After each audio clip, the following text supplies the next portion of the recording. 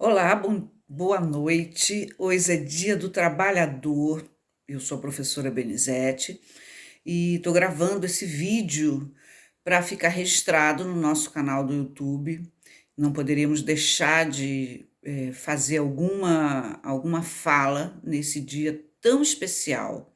Quantos dias do trabalhador nós comemoramos com passeatas, com movimentos, com cursos, com congressos, com mesas redondas, com movimentos de trabalhadores na rua fazendo protestos. Essa é a grande marca do Dia do Trabalhador.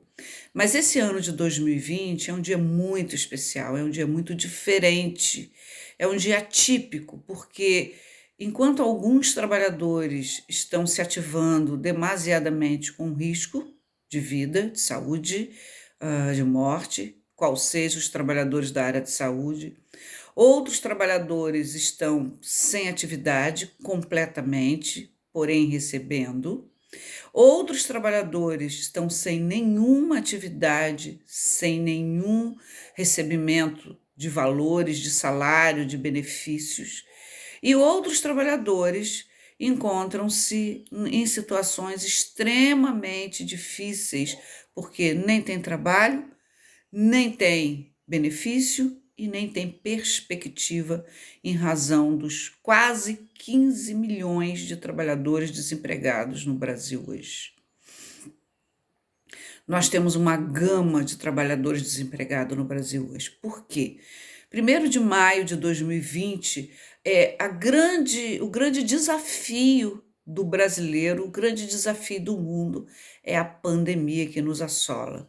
E nos assola desde fevereiro, um vírus chamado Covid ou coronavírus, que se iniciou na China nos idos de janeiro de 2020, chegando rapidamente a todos os países e causando uma devastação nas vidas humanas, mas sobretudo causando um grande pânico a todos, de forma indistintamente, sem escolher classe, sem escolher cor, sem escolher nível ou condição cultural. Então, é um vírus que veio para transformar, veio para modificar de forma indelével toda a nossa sociedade do mundo. O Brasil, a sociedade não é diferente. Vive as amarguras, as agruras desse momento tão difícil, tão devastador, associado a isso, uma grande crise política.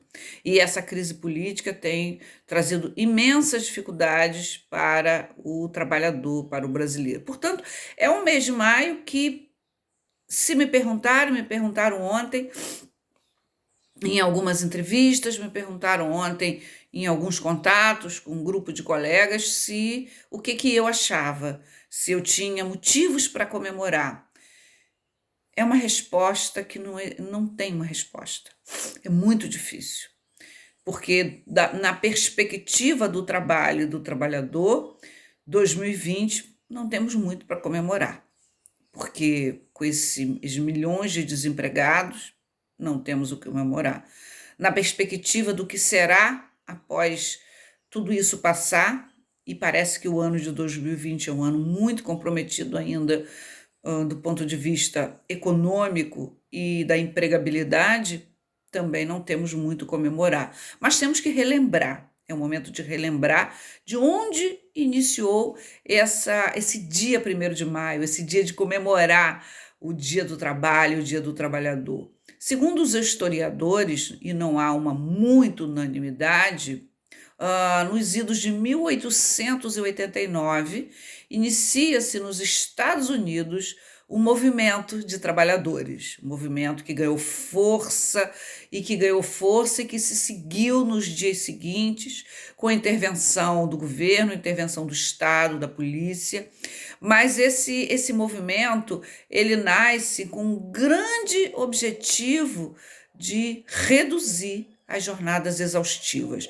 Não precisa dizer que é um movimento que se confunde com a Revolução Industrial que se inicia na Europa, mas já se inicia em séculos antes, né? em 1700, 700 e alguma coisa, e depois se estende, e esse dia especial, 1889, esse ano nos Estados Unidos, o grande pleito desse grupo de trabalhadores era a redução de jornada de 17, de 16 horas para uma jornada decente, saudável, salubre, para 8 horas. Vejam, como eu digo nas aulas de graduação, trabalhava-se 16, 18 horas. E isso, homens, mulheres e crianças trabalhavam. Isso, homens tinham salários diferenciados de mulheres e de crianças. Muito bem. Esse movimento seguiu nos dias subsequentes, com intervenção policial, mas os trabalhadores se mantiveram ali, firme e forte. Mas foi exatamente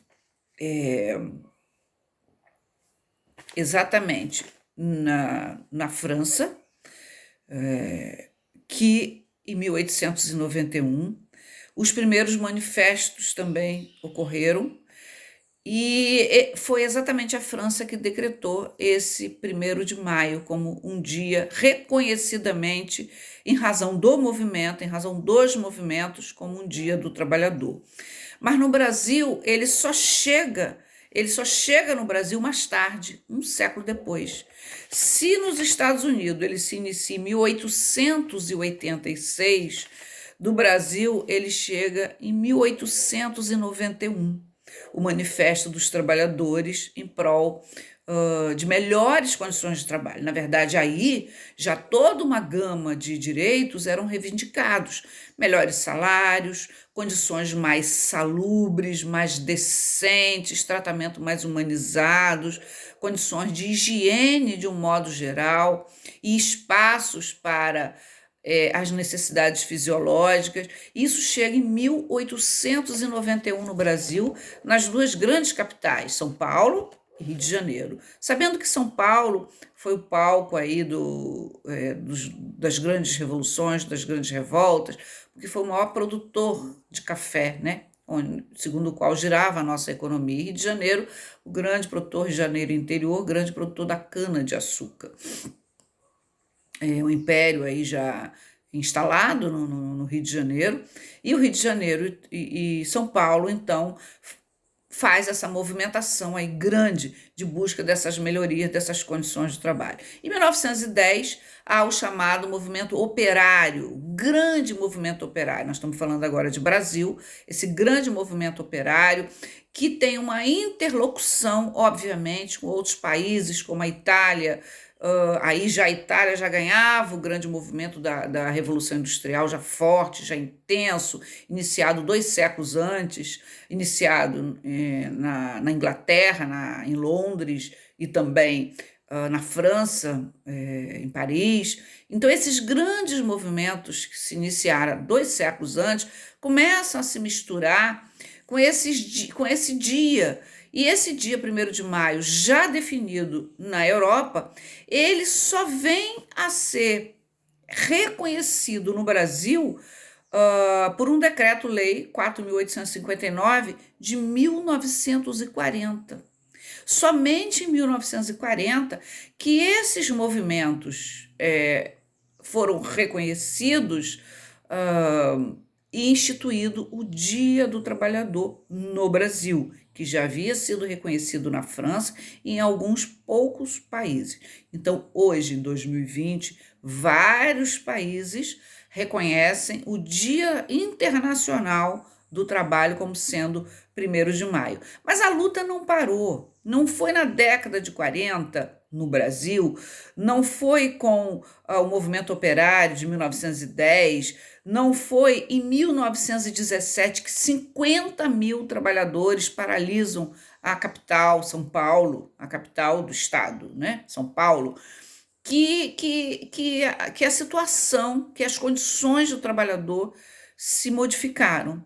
As condições do trabalhador no Brasil, vamos fazer esse recorte agora, vem se alterando gradativamente, lentamente, sendo alguns direitos introduzidos em 1920, 1930, direito para alguns segmentos, como segmentos do comércio, segmentos das instituições financeiras, alguns direitos foram introduzidos, algumas jornadas diminuídas, mas as crianças ainda trabalhavam, os salários ainda eram diferenciados, as condições de trabalho ainda eram precárias.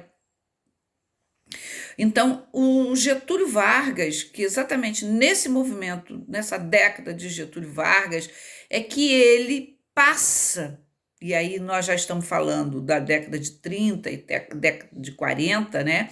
E a CLT, a Consolidação das Leis do Trabalho, ela é de maio de 1943, 1º de maio de 1943, mas Getúlio Vargas ele começa a introduzir, a inserir alguns direitos, algumas modificações, tanto que o salário mínimo, inclusive, dentre eles, o próprio salário mínimo, reconhecidamente, a partir de 1º de maio, como o mês, como o dia para que os reajustes e ou aumentos pudessem ser feitos. E nós não estamos falando aí ainda de normas coletivas. É bem verdade que todos esses movimentos coletivos de grupos de trabalhadores, de revolução industrial, de movimentos em prol de melhores direitos, eles se confundem com o próprio movimento sindical. Porque esses grupos de trabalhadores, alguns independentes e outros organizados aí por movimentos sindicais que até então já existiam, mas não eram reconhecidos como tal. Então, essa história, elas se confundem entre si. O movimento de trabalhadores individualmente, o movimento de trabalhadores em grupos de setores, de segmentos da economia, de produção, e movimentos operários, não vamos nem usar a palavra trabalhadores, operário, era como era utilizado, chão de fábrica, operário, com movimentos de sindicatos, de organização coletiva, por um ente reconhecidamente coletivo. Então, no Brasil, a partir da década de 40, e, sobretudo, com a consolidação dessas legislações esparsas para alguns grupos, para alguns segmentos operários, para alguns setores da economia, que alguns direitos eram maiores ou menores, então a CLT, a Consolidação das Leis do Trabalho, ela passa a estender para um maior número, maior gama de trabalhadores. A CLT não contempla, porque tem uma lei especial, por exemplo, os trabalhadores rurais e os trabalhadores domésticos, dentre outros trabalhadores, mas só para citar aqueles em que, a partir da Constituição Federal de 88, começaram a ganhar igualdade de direitos, sobretudo o rurícola, trabalhador rural, que no caput do artigo 7º da Constituição Federal, assim preceitua, são direitos dos trabalhadores urbanos e rurais, dentre outros, aqueles que visem a melhoria das suas condições de trabalho. Então, o marco aí dessa identidade, dessa pluralidade de direitos se dá na década de 40.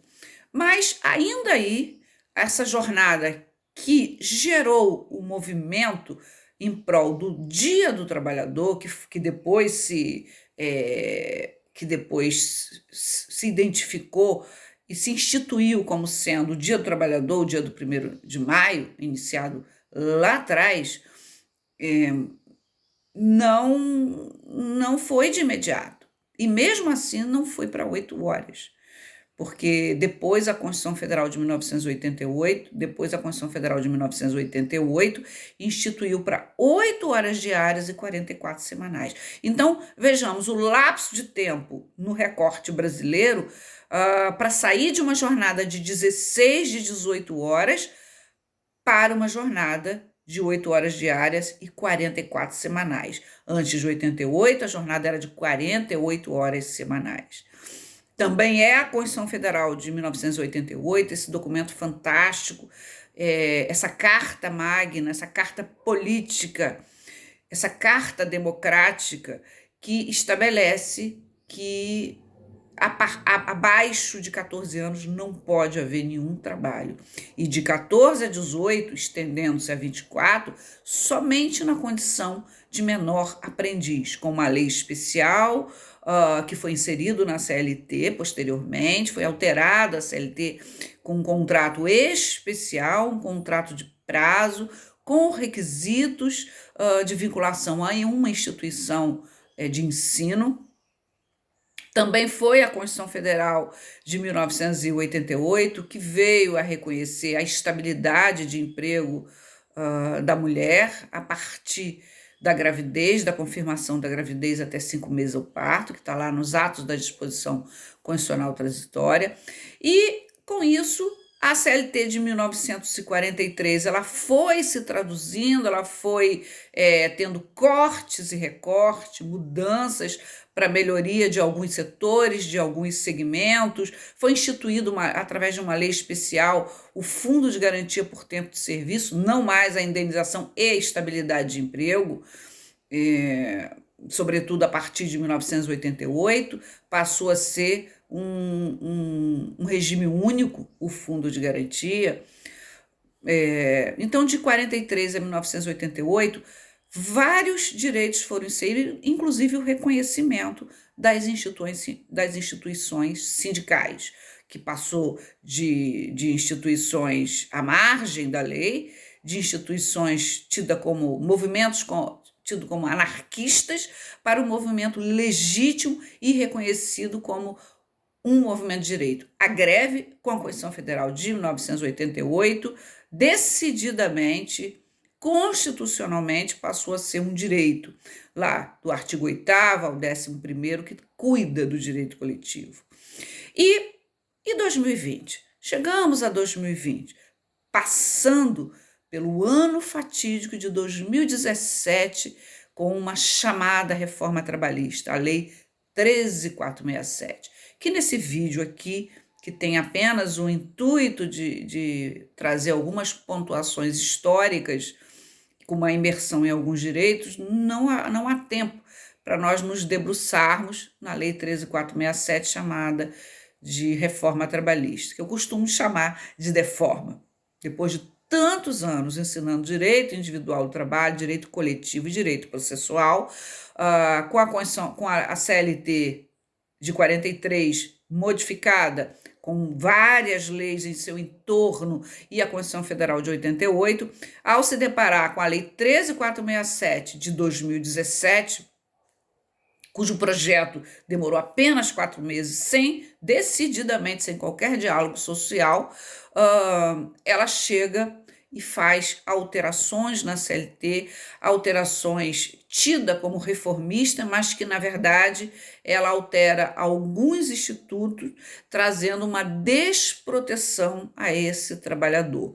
Nós temos alguns vídeos no nosso canal de YouTube e temos o nosso curso que é presencial, mas que daqui para frente, provavelmente, ele vai se transformar num curso por telepresencial, um curso talvez somente virtual, onde nós vamos ter a oportunidade de voltar a discutir a Lei 13.467, que foi objeto durante mais de 2 anos e meio, desde a época do projeto, de inúmeras aulas, de inúmeros cursos, de inúmeras palestras, participações em mesa redonda e debate. Mas eu penso que agora, em 2020, com a decretação pelo Decreto 6 do estado de pandemia e, portanto, de calamidade pública, com algumas medidas provisórias, e eu destaco aqui a 927, a 936, saiu uma agora no dia 29, mas que ela não altera essas duas medidas, ela apenas esclarece como que o benefício emergencial, o bem, vai ser melhor atendido à população. Então, ela estabelece bancos privados, formas de contas para que esse trabalhador não se aglomere aí nas filas das agências de bancos públicos. Então, é uma medida provisória que saiu agora, recentemente, que saiu no dia 29, se não me engano, é a medida provisória 939, se não me engano, não tenho bem certeza, mas eu ainda vou me debruçar sobre ela, mas como ela não impactou diretamente a relação capital e trabalho, eu ali, obviamente li 2 vezes e deixei um pouco de lado, mas do que ela trata exatamente da facilitação, da intermediação, da interlocução desse trabalhador ou dessa pessoa que tem direito ao benefício para um acesso melhor.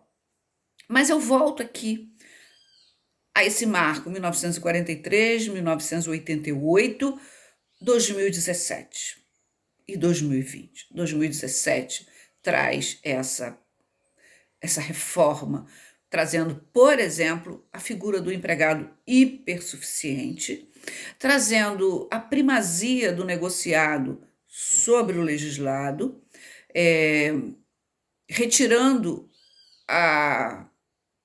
a contribuição obrigatória, a contribuição sindical obrigatória, lembrando que são 4 previstas em lei, e a única obrigatória era a contribuição sindical, chamada também de imposto sindical.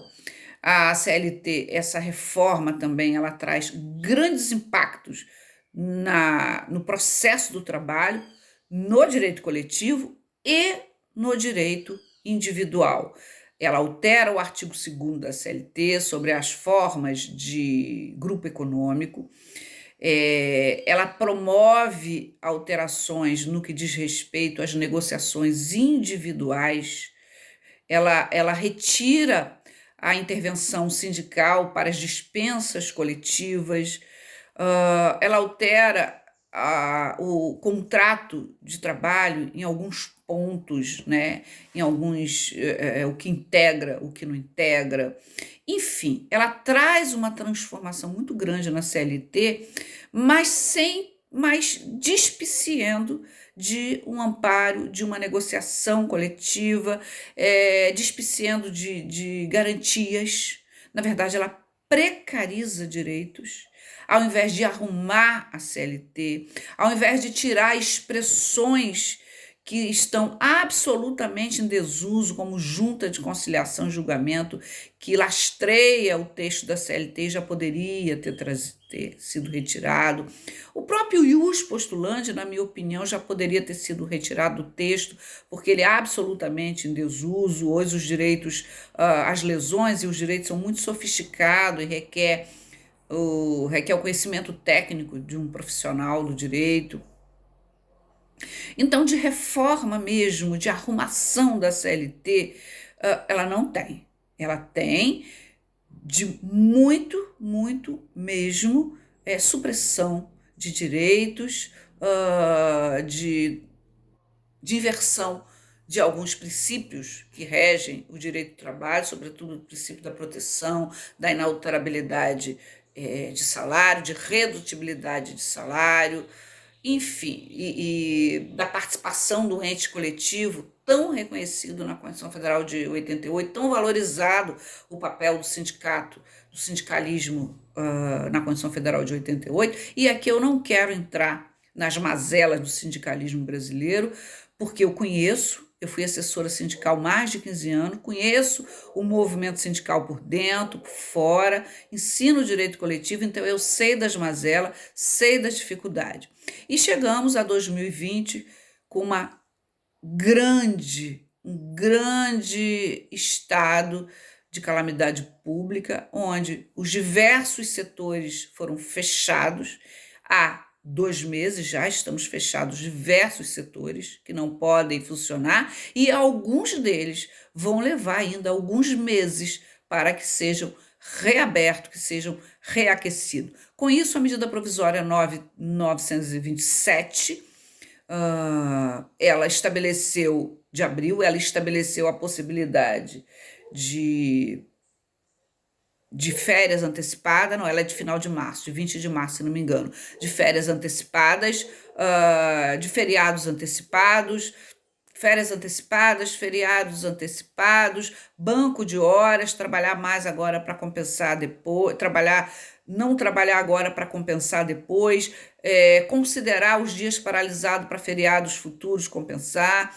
Enfim, essa é a medida provisória 927. Depois veio em seguida a 936, e aí sim, essa 936, ela proporcionou uma condição de mais adequada com o movimento econômico. Atividades completamente paralisadas, a grande maioria paralisado. Hoje no Brasil, não sei por quanto tempo esse vídeo vai durar, mas hoje no Brasil nós temos basicamente funcionando os setores de supermercados, setores de farmácia, alguns setores ônibus, a maioria está com as suas atividades paralisadas. Enfim, basicamente são esses os setores que estão funcionando com portas abertas e atendendo o público. Os setores de instituições financeiras também estão abertas, com algumas restrições no atendimento, mas funcionando normalmente, e algumas atividades em home office, como os escritórios de advocacia, os escritórios de contabilidade, alguns setores de atendimento. A própria Petrobras está com atendimento em home office e também embarcando, e aí uma situação bem difícil, porque o embarcado de Petrobras terceirizado ficam 7 dias em hotel para depois embarcar e depois sair mais 7 dias, e temos algumas particularidades aí nesse setor de petróleo e gás.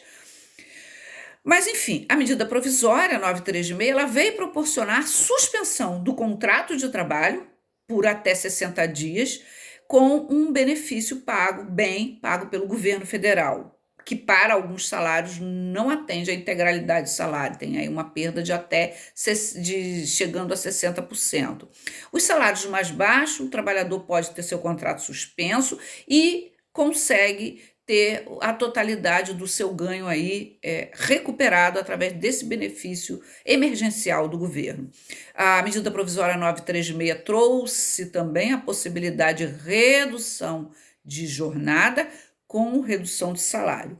Não é demais dizer que essa medida provisória ela tem defeitos, obviamente, ela traz uma insegurança jurídica, tanto assim que já houve uma ação direta de constitucionalidade, 6363, que o Supremo já julgou a liminar, é uma cautelar, o Supremo já não referendou a liminar do ministro Lewandowski, que tem por objeto, por 7-3, que tem por objeto a intervenção obrigatória dos sindicatos de classe nessas negociações, tanto para suspensão quanto, mais sobretudo, para redução de salário com redução de jornada. Isso em razão do artigo 7º, inciso 6º da Constituição Federal e artigo 8º, inciso 3. Então, é esse recado, é essa fala que eu gostaria de, muito brevemente nesse vídeo, fazer sobre esse Dia do Trabalhador. Nós não temos muito para comemorar do ponto de vista do momento histórico que nós estamos vivendo, do ponto de vista do que será amanhã. Tem até uma música, O Que Será Amanhã. Mas, do ponto de vista também político, nós não temos muito para comemorar. Mas nós temos que comemorar, sim, a luta desses trabalhadores que por séculos, e aí eu sempre digo, marcada por sangue, por suor e lágrimas, chegamos hoje a uma jornada de 8 horas de trabalho, chegamos hoje a um salário mínimo, chegamos hoje a um menor de 14 anos, abaixo de 14 anos, não trabalhar.